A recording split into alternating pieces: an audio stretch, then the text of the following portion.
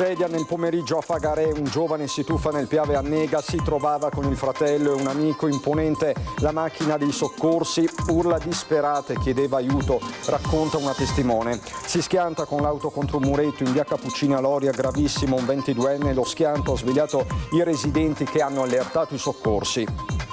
Ubriaco in osteria Nervesa della Battaglia, aggredisce clienti, carabinieri ai 118, notte di follia per un 27enne originario della Guinea, arrestato poi dai carabinieri. Imprenditore edile del Trevigiano minaccia con una pistola un professionista di Cassola esigendo un pagamento superiore a quello pattuito, scatta la denuncia.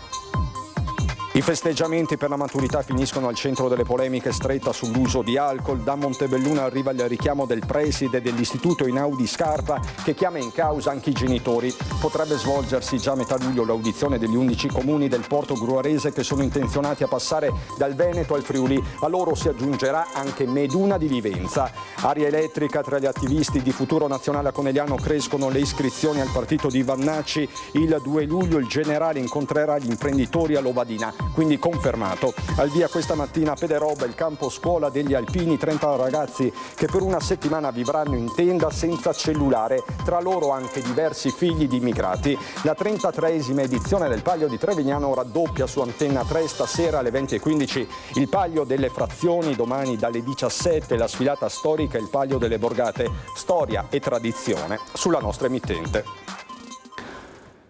Bentrovati, buonasera telespettatrici, telespettatori di Antenna 3. Dunque la cronaca in apertura di questa edizione trevigiana dei nostri telegiornali con la tragedia che si è consumata a metà pomeriggio a Fagarè. Siamo in comune di San Biagio di Callalta, siamo sul Piave. A perdere la vita dopo un tuffo un giovane di 30 anni, si trovava sulle sponde del fiume con il fratello e un amico. Si tratta di Ben Ameur Abdelak, un 30enne tunisino residente a Milano. È stata una mobilitazione generale, inutili però i tentativi di rianimarlo. Ce ne parla Nicola Marcato.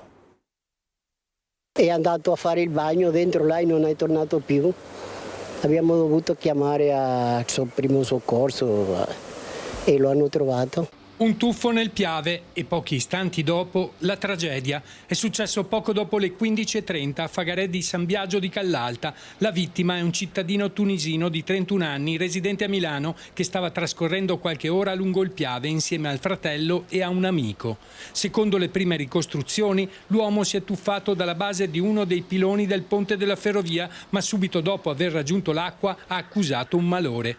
Ha iniziato a chiedere aiuto e a sbracciarsi, ma nel giro di pochi secondi è scomparso tra i flutti. Il fratello e l'amico hanno tentato di soccorrerlo senza riuscire a salvarlo. E loro no, scherza. Dopo l'ultima volta che ha fatto così, è fatto giù e non ha uscito più. Perché lui ha chiamato aiuto? Sì, agli amici. Ma gli amici pensavano scherzasse? Che scherzasse. Io le ho detto no, non scherza, aiutatelo. Loro hanno detto no, lui scherza. Io no, stai scherzando, aiutatelo. Loro no, scherza. Dopo l'ultima volta che ha fatto così, io le ho detto per favore. E allora loro si hanno un po' appaventato perché non è tornato su, mai più. Si sono tuffati ma non l'hanno trovato? No. Una quanta persona lì si hanno stufato a vedere se lo trovasse, però non lo hanno trovato. È morto così, in modo assurdo, sai. L'allarme è scattato immediatamente. Sul posto sono intervenuti i vigili del fuoco, il SUAM 118 e i carabinieri. Dopo un rapido sorvolo dell'area, i soccorritori hanno individuato e recuperato il corpo, riportandolo a riva. Le manovre di rianimazione sono proseguite a lungo, ma per il 31enne non c'è stato nulla da fare. Il medico del 118 ne ha dichiarato il decesso, probabilmente provocato da un malore improvviso, forse una congestione. Quando i mezzi di soccorso hanno lasciato il greto del Piave, a terra sono rimaste soltanto un paio di ciabatte e gli effetti personali della vittima. Il silenzioso segno di una giornata trascorsa tra amici e conclusa in tragedia. Nell'ennesimo incidente che riporta l'attenzione sui pericoli del Piave, dove la balneazione è vietata. E infatti ai microfoni di Nicola Marcato la sindaca di San Biagio di Callalta, Valentina Pillon, si sfoga, parla di divieti inascoltati. Si tratta dell'ennesima tragedia lungo l'asta del Piave, un dramma che si è consumato proprio nello stesso punto in cui nel giugno dello scorso anno perse la vita anche il 21enne Dennis Navas, tuffandosi dalla base dello stesso pilone riconoscibile per il murales del pesce blu. Nonostante i divieti di balneazione e le continue campagne di sensibilizzazione promosse dalle amministrazioni locali, questo tratto di fiume continua ad attirare persone che scelgono di fare il bagno sottovalutando i pericoli di correnti, fondali e improvvisi malori. Oggi è un'altra giornata dolorosa per tutta la nostra comunità, esprimiamo cordoglio e vicinanza alla famiglia della vittima.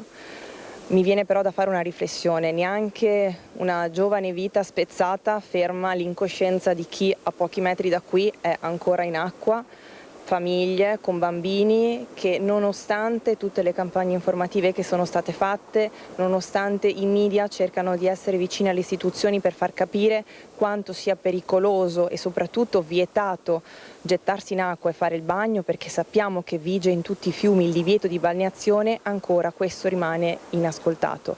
C'è troppa incoscienza e veramente per quanto si faccia non è ancora abbastanza e neanche la morte di una persona ferma questo tipo di azioni. Quindi io chiedo veramente un appello corale a tutti quanti e alle famiglie di tenere i figli in uno stato di assoluto riguardo e far capire loro quanto sia importante essere assolutamente previdenti e non andare nei fiumi. I fiumi non sono fatti per la balneazione, ci sono il mare, ci sono le piscine e soprattutto ci sono delle zone che sono custodite, attrezzate e anche con un personale che in caso di emergenza è pronto ad intervenire. Quindi l'appello è veramente quello di recarsi al fiume per fare una passeggiata, ma nulla di più, perché il fiume non lo consente e soprattutto è vietato.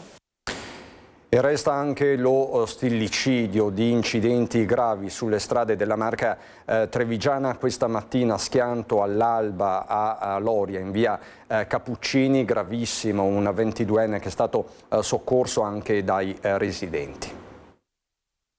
Una roba neanche da guardare, diciamo, ecco, perché se sapevo neanche scendevo dalla terrazza. Ho sentito lo stridere delle ruote, penso dovuto allo sbandamento e un grande botto. A parlare, ancora molto scossi, sono Beniamino e Claudio Nalesso, che abitano nella villetta di via Cappuccini a Loria, davanti alla quale all'alba un'auto ha abbattuto parte della recinzione di cemento armato e il pesante cancello di ferro. Alla guida un 22enne di Rossano Veneto, ricoverato in gravissime condizioni al Cafoncello con ferite molto serie alle gambe. Mi sono trovato stasera un po'...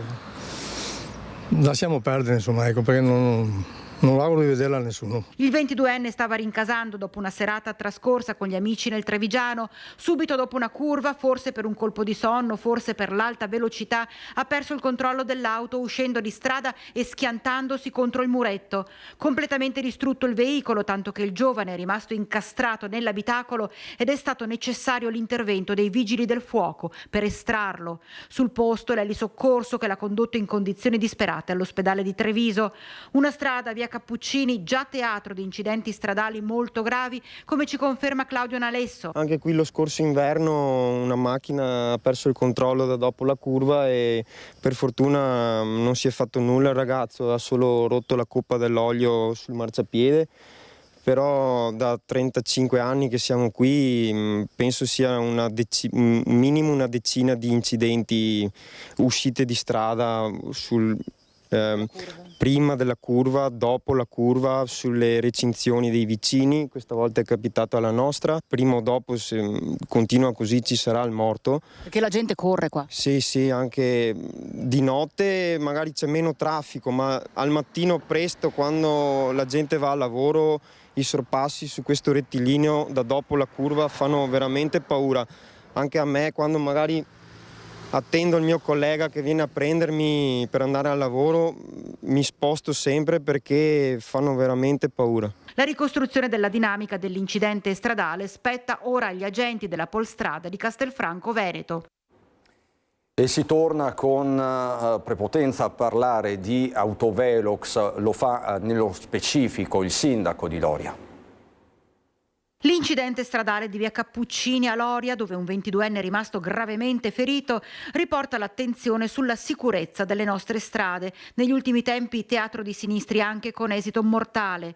I residenti della via sono molto preoccupati perché dicono la gente corre, non rispetta i limiti di velocità e proprio sulla questione interviene in maniera dura con una proposta alternativa e concreta il sindaco di Loria, Alberto Battistella. Se vogliamo davvero ridurre gli incidenti stradali, dobbiamo spostare l'attenzione dall'incasso delle multe alla tutela della sicurezza.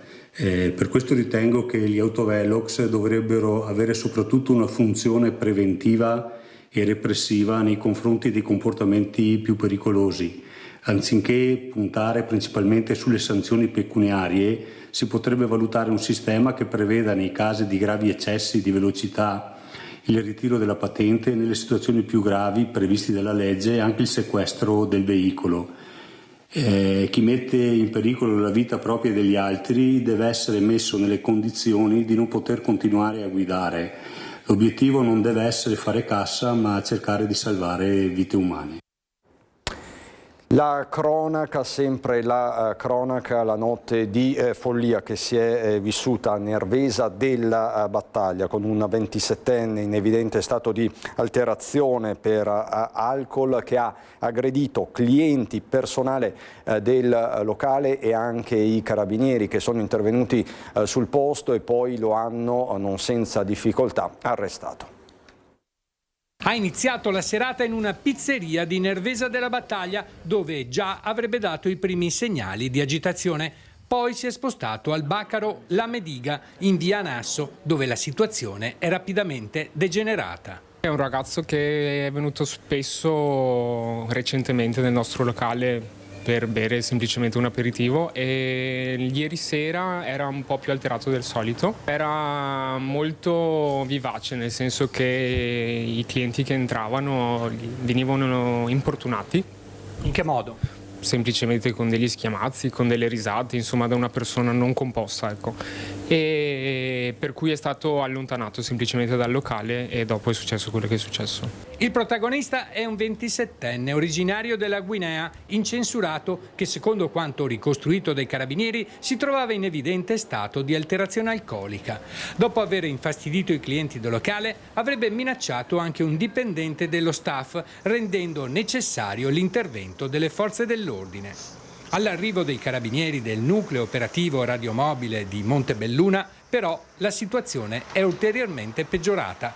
Il giovane si è scagliato contro i militari e contro il personale del SUEM 118, intervenuto per prestargli assistenza e cercare di tranquillizzarlo.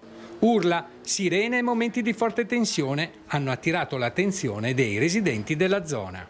Ho visto che insultava i carabinieri pesantemente, molto pesantemente. Sono stati bravissimi a non reagire. Sono stati bravissimi i carabinieri, proprio corretti. È arrivata anche un'ambulanza. Sì, però poi non è andato via in ambulanza, alla fine se lo sono portati i carabinieri. Con molta difficoltà i militari, 2 ore dopo, sono riusciti a bloccare il 27enne e a condurlo nelle camere di sicurezza del comando di Montebelluna. Per lui è scattato l'arresto con l'accusa di minaccia e resistenza pubblico ufficiale. Domenica mattina comparirà davanti al giudice per l'udienza di convalida. Fortunatamente nessuno dei clienti e il dipendente aggredito hanno riportato ferite. E a proposito di alcol, di abuso di sostanze alcoliche, dichiarano guerra alle feste post maturità diversi presidi, dirigenti scolastici della Marca trevigiana, quello che è diventato un vero e proprio fenomeno anche all'esterno delle scuole. Siamo stati con Marta Zatta a Montebelluna. Era diventato un continuo annaffiamento di prosecco che adesso insomma, l'odore da cantina non si addice certo a una scuola. Alcol, brindisi, bottiglie di prosecco abbandonate fuori da scuola e a pulire poi toccherà con laboratori scolastici. Esplode il caso festeggiamenti dopo la maturità anche all'Istituto Superiore Naudi Scarpa di Montebelluna. Ad alzare la voce è lo stesso preside Massimo Ballon che, stanco di vedere la scuola in balia i festeggiamenti fuori controllo, ha fisso un cartello alla porta d'entrata. È vietato stappare bottiglie di vino all'interno del campus bus scolastico, spostarsi fuori dai cancelli, scrive. Quello che mi ha dato fastidio quest'anno è stata un po' questa inciviltà dell'abbandono dei rifiuti, perché se vieni con la bottiglia piena poi te la bevi ma te la porti anche via, invece fuori da scuola appunto hanno lasciato diverse bottiglie di vetro in zona anche pericolosa, perché poi abbandonate lì possono finire in mezzo alla strada o qualcuno tirarle in giro. Ecco, quello che mi dispiace è che oltre ai ragazzi che chiaramente dovrebbero dimostrare un minimo di attenzione per la scuola, per l'istituzione in sé, sono anche i genitori che vengono anche un po' seccati dal fatto che non possono aprire bottiglie all'interno della scuola. Nonostante l'invito al decoro, infatti, fuori dalle mura scolastiche sono state abbandonate decine di bottiglie di vetro vuote anche al di là della strada. Per il dirigente il messaggio rivolto a studenti e famiglie non è stato quindi recepito. La mia era semplicemente un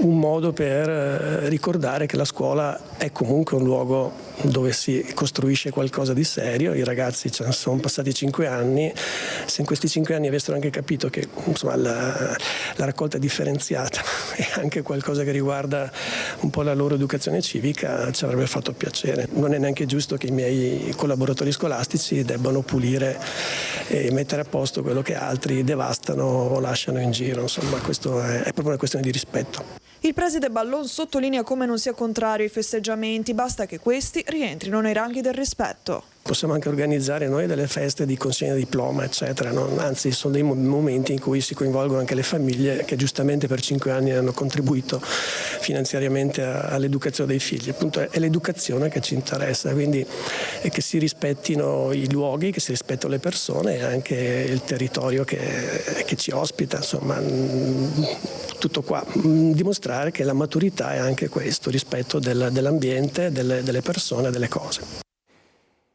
E ci sono storie fortunatamente di tutt'altro tenore che riguardano sempre le nuove generazioni. Questa mattina a Pederobba al via i campi scuola organizzati dagli alpini, tra i partecipanti che rimarranno per una settimana in tenda senza cellulare anche diversi italiani di seconda generazione, come ci racconta Lucio Zanato.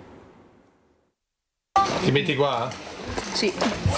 Ma perché proprio con gli alpini? Perché mia madre infatti mi aveva detto che gli alpini fanno diverse attività e quindi ho detto sì, perché non provare. Dove sono nato? A Treviso. I tuoi genitori invece? I miei genitori, uno è moldava, ovvero mia mamma, e uno è rumeno, ovvero mio papà. Altro che Maranza, anche i figli di immigrati dimostrano di appartenere alla meglio gioventù, quella che decide di partecipare ai campi scuola organizzati oramai da anni dall'Associazione Nazionale Alpini, che registrano ad ogni edizione costantemente il tutto esaurito. È una bella soddisfazione perché vediamo che le famiglie capiscono il senso di questa iniziativa e i ragazzi condividono, soprattutto chi anche ha già frequentato questo campo scuola torna volentieri. Perché ha portato qua l'unica ragazza del gruppo, cioè sua figlia? Perché io sono figlia di un alpino e come esperienza secondo me è una cosa molto interessante. Stessi commenti per i partecipanti. Perché sei venuto qua? Per fare una nuova esperienza, per mettermi in gioco. Cosa hai imparato rispetto all'anno scorso? A rispettare gli ambienti. Però hai anche imparato a farti il letto?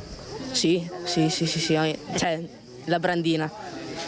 E anche magari a lavare i piatti quando si tratta? Sì, ho imparato... Non lo facevi prima a casa? A preparare la lavastoviglie. Ma senti, ma tu cosa sai fare già che dovrai fare qua? Tipo, sai farti il letto? Sì. Sai lavare i piatti? Sì. Sai marciare? Sì. E allora cosa sei venuto a fare? Perché per passione. In questa settimana ci saranno suddivisa con varie lezioni su argomentazioni della protezione civile, quindi le nostre operatività in emergenza. Faranno anche il corvée cucina, ci sarà la pulizia dei servizi, quindi sarà tutto a carico loro, quindi fare pulizia e mantenere educazione e mantenere bene il campo. Per molti di questi ragazzi però il momento più difficile pare sia stato il distaccamento non dalla famiglia ma dal cellulare. Abbiamo già ritirato i telefonini, anche perché devono prestare attenzione e socializzare tra di loro, non a livello telematico. Se qualcuno va in astinenza? Si arrangia se la deve tenere per lui. Ritorniamo alla cronaca con un imprenditore edile trevigiano che avrebbe minacciato con una pistola un professionista di Cassola esigendo un pagamento superiore a quello pattuito per alcuni lavori. È scattata la denuncia. Armato di pistola, esige di essere pagato pretendendo una somma superiore a quella pattuita. Deve rispondere di minaccia aggravata dall'utilizzo di arma un imprenditore edile di 51 anni, titolare di una ditta nel Trevigiano. L'uomo si era recato nell'abitazione della sua vittima, un 43enne amministratore di una società immobiliare che vive a Cassola, per riscuotere non solo i soldi di un lavoro che aveva fatto, ma esigendo molto di più. Tra i due era scoppiata una lite fino a che il 51enne ha iniziato a minacciare l'amministratore facendo intravedere, nascosto ma non troppo, sotto la giacca, il calcio di una pistola. Sotto la pressione dell'intimidazione, la vittima si era vista costretta a promettere il versamento della somma richiesta. L'imprenditore se n'era quindi andato, sicuro di essere riuscito nel suo intento, senza però contare che il 43enne cassolese si è subito rivolto ai carabinieri della stazione di Romano Dezzerino. I militari, coordinandosi con i colleghi trevigiani, hanno avviato un'operazione congiunta che li ha portati a bloccare il soggetto. Dalle perquisizioni, nell'auto del 51enne è stata trovata, nascosta nel portaoggetti del sedile anteriore, proprio la pistola scacciacani utilizzata per la minaccia, oltretutto privata del tappo rosso, e per lui è scattata la denuncia. Blackout ripetuti e caldo estremo mettono in difficoltà la rete elettrica nel Trevigiano. Siamo ritornati a Quinto di Treviso. Blackout a ripetizione, caldo record. Anche a Quinto di Treviso si fermano condizionatori e frigoriferi, lasciando decine di famiglie in balia del caldo. Solo nell'ultima settimana 4 i guasti registrati nelle cabine di media tensione, che a cascata hanno interessato anche altri impianti elettrici della zona. È l'effetto dell'ondata di temperature eccezionalmente elevate che sta colpendo anche la Marche, che negli ultimi giorni sta provocando sovraccarichi sulla rete elettrica. A farne le spese sono soprattutto i centri abitati, dove interi isolati restano senza energia per minuti, o in alcuni casi per ore, sia nelle ore più calde del giorno, sia durante la notte. È ovvio che c'è un tema di cambiamento climatico, le alte temperature sicuramente fanno collassare i cavi, soprattutto quelli di congiunzione agli impianti di trasformazione, e noi siamo quotidianamente in contatto con i distribuzione. Quello che dobbiamo migliorare sicuramente è fare un po' di prevenzione, quindi avere degli apparati magari un po' più moderni che possano sopportare meglio queste condizioni. Sul fronte della gestione dell'emergenza cresce la pressione sui gestori della rete elettrica, chiamati a rafforzare la resilienza delle infrastrutture nei periodi di picco. Particolarmente a rischio le persone più fragili, per le quali l'assenza di energia elettrica significa non solo disagio, ma anche difficoltà concrete nella gestione della salute quotidiana. Il mancato funzionamento di frigoriferi e dispositivi di raffrescamento può infatti incidere sulla conservazione di farmaci, in molti casi vitali. Quello che possiamo fare noi come istituzioni, magari, e ci stiamo pensando, è quello di mettere a disposizione magari un numero verde dove chi ha necessità possa essere assistito. Parlo delle persone fragili che ovviamente sopportare 4-5 ore di blackout senza energia elettrica, senza condizionatori in questo periodo qua, hanno necessità di avere un sostegno. Cercare di trovare dei luoghi dove per determinate condizioni e per chi ha necessità siano raffrescati, e quindi dare un po' di sollievo durante il giorno. Questo è quello che un attimino possiamo fare sicuramente e che faremo. Sono due i vigili del fuoco del Veneto che stanno partecipando alla missione di soccorso internazionale in supporto al Venezuela a seguito del gravissimo terremoto che ha colpito la nazione. Il funzionario Lorenzo Lambrocco del comando di Treviso farà parte del European Union Civil Protection Team, gruppo di esperti dispiegato sul campo nell'ambito del meccanismo unionale di protezione civile europea in qualità di esperto strutturista, mentre l'ispettore Simone Sega della direzione interregionale sarà componente del team TAST, che è preposto ad offrire assistenza tecnica e supporto alla popolazione. C'è la pubblicità fra poco.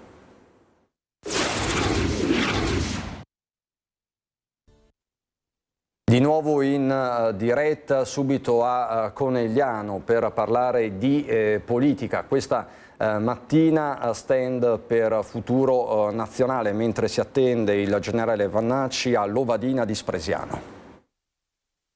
L'afflusso di gente anche questa mattina, gente che è venuta a tesserarsi, che si è fermata volontariamente con la macchina per venire a tesserarsi, è stata veramente un fiume in piena. Gerangelo Boff arriva dalla Lega, Gio Formaggio da Fratelli d'Italia. Oggi sono entrambi in Futuro Nazionale e c'è molto entusiasmo al gazebo del partito a Conegliano, dove la crescita di Roberto Vannacci non è solo nelle percentuali dei sondaggi, dicono, ma anche nei numeri delle iscrizioni e dei consensi per un messaggio politico che sta sfondando in Veneto. In Veneto abbiamo bisogno soltanto di due cose: lavoro, avere Duschei in più in tasca e soprattutto sicurezza. Non abbiamo bisogno di nient'altro. Quindi il 2 luglio ci sarà un incontro con gli imprenditori, perché i bisogni e i problemi li si risolve ascoltando gli imprenditori. Ricordiamo che questo governo è il governo che ha fatto la normativa sulla gestione dei rifiuti più rigida d'Europa. A Lovadina di Spresiano, Vannacci incontrerà imprenditori come Alessandro Alban, titolare di un ufficio di progettazione, in affari soprattutto con Canada e Stati Uniti, che andrà all'incontro del 2 luglio assieme al suo socio. Vogliamo dare sostegno e dare più soldi ai nostri ragazzi, però non possiamo farlo se per dare 100 euro al ragazzo dobbiamo tirarne fuori 250.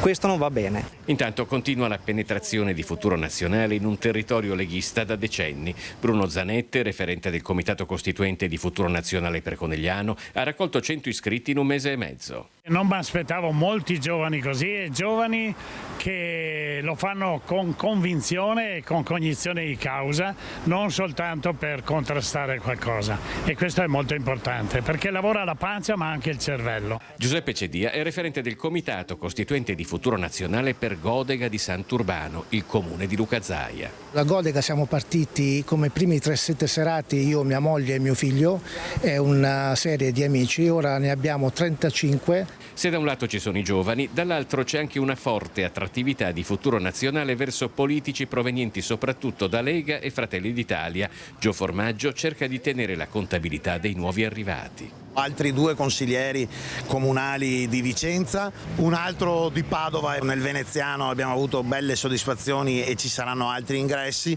Treviso è la stessa cosa.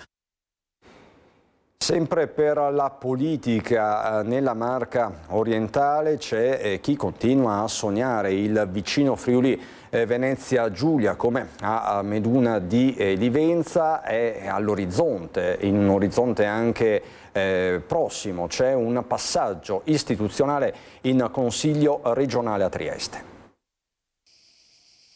Questa bandiera presto potrebbe essere ammainata sul pennone del municipio di Meduna di Livenza.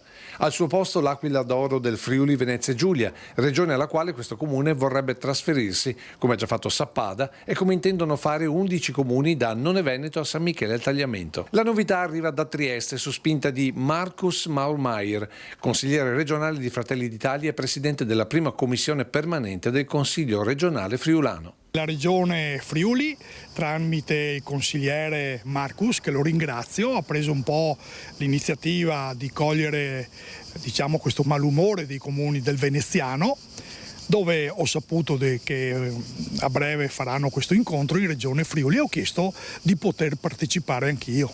Del resto, chi non sarebbe di malumore sapendo che a poche centinaia di metri, ma al di là del confine del Veneto, si sente come la disparità economica tra famiglie? Più o meno siamo sui 2.500-3.000 euro all'anno che tra vari aiuti, tra varie defiscalizzazioni una famiglia può risparmiare, non è mica poco. E questo vale per i carburanti, l'energia elettrica, i servizi pubblici, insomma per tutto. Una disparità nata con l'autonomia del Friuli e che in parte doveva essere riequilibrata da fondi statali per i comuni di confine.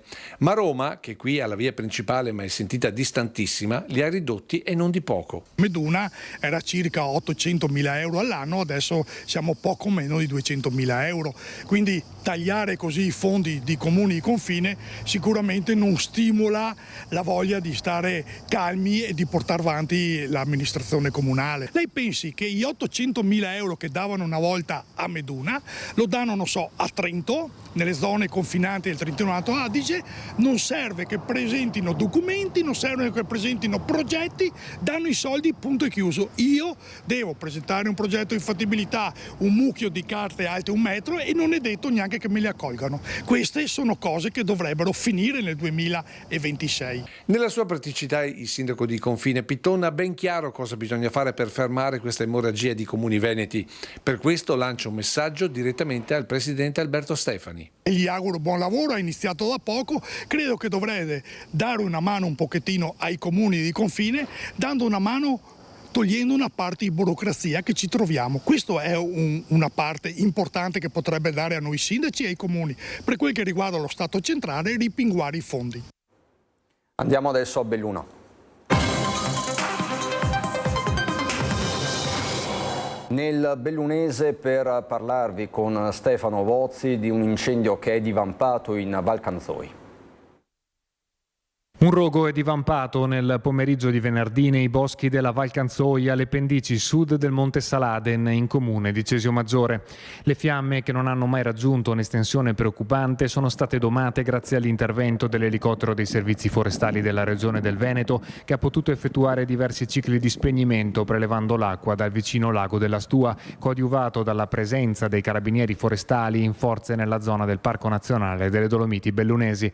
Nonostante le fiamme siano state domate nel giro di un paio d'ore, le operazioni di bonifica richiederanno un tempo più lungo a causa delle caratteristiche particolarmente impervie della zona che non ne consentirebbero il raggiungimento via terra.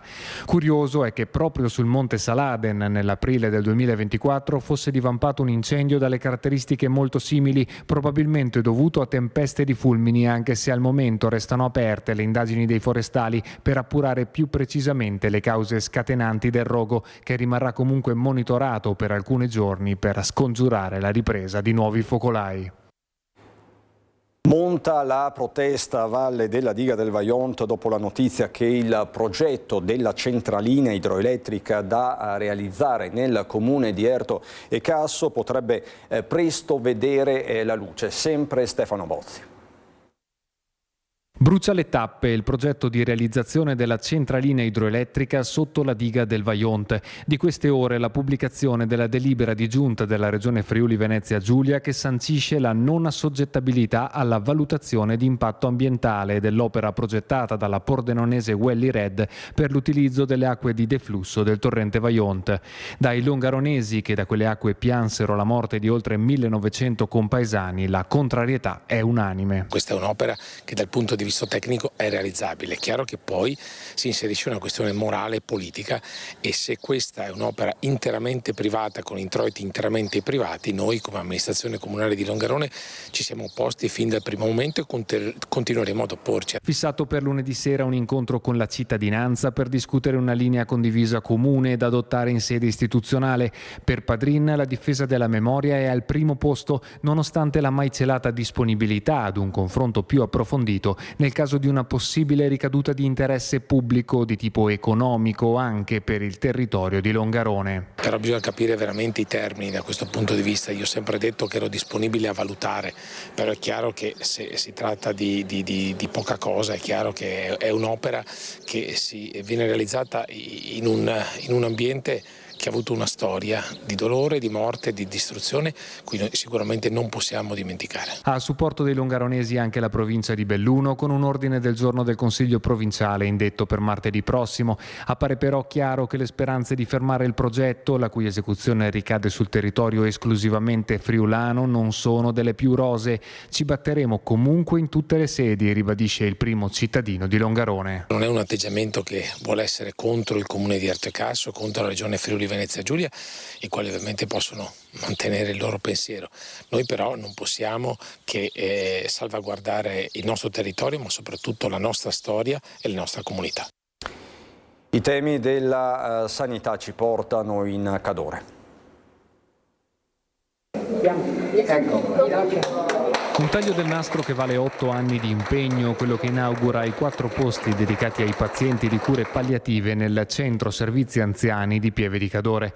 Un risultato della comunità, ideato e finanziato anche grazie al contributo di privati cittadini per colmare un vuoto di fondamentale importanza nel percorso di cura dei pazienti giunti alle fasi terminali della vita. Siamo molto felici di aver dato adito il via a questa struttura che sicuramente sarà dal sollievo, dal supporto supporto non soltanto alle persone che attraverseranno purtroppo i momenti più difficili e dolorosi della propria vita, ma anche ai loro familiari. E il pensiero che i cadorini, soprattutto penso ai comigliani e coloro che vivono nelle parti più periferiche del Cadore, non debbano arrivare a Feltro, a Belluno per un servizio del genere, e per noi motivo di grande sollievo e anche orgoglio. Capisaldi della progettazione, residenzialità e familiarità, affinché nelle stanze e nei corridoi della struttura ci si possa in qualche modo sentire il più vicini possibile a casa. La funzione di questi spazi è davvero molto delicato. Abbiamo voluto installare, diciamo così, la struttura all'interno della RSA Marmarolo, che ha una bellissima visuale anche su Pieve, sul centro Cadore, e soprattutto abbiamo voluto renderla il più accogliente possibile. Fondamentale l'impegno dell'azienda sanitaria nell'ottenimento del nulla osta regionale per l'avvio dell'attività, che sarà condotta dalla società Peralba. Presente alla cerimonia anche Giuseppe Dalben, giunto all'ultima apparizione pubblica nel suo ruolo di commissario in scadenza a fine mese, a testimoniare la vicinanza verso questo percorso di cura che vedrà impiegata un'equipe multidisciplinare di specialisti sanitari dell'Ulsuno Dolomiti. È un altro nodo della rete delle cure palliative che questa rete si sta sviluppando nell'Ulsuno Dolomiti, che ha come riferimenti principali l'hospice di Belluno e l'hospice di Feltre e tutto il sistema delle cure domiciliari. Ecco, affiancare questa residenzialità palliativa di 4 posti letto qui in Cadore amplia questa rete.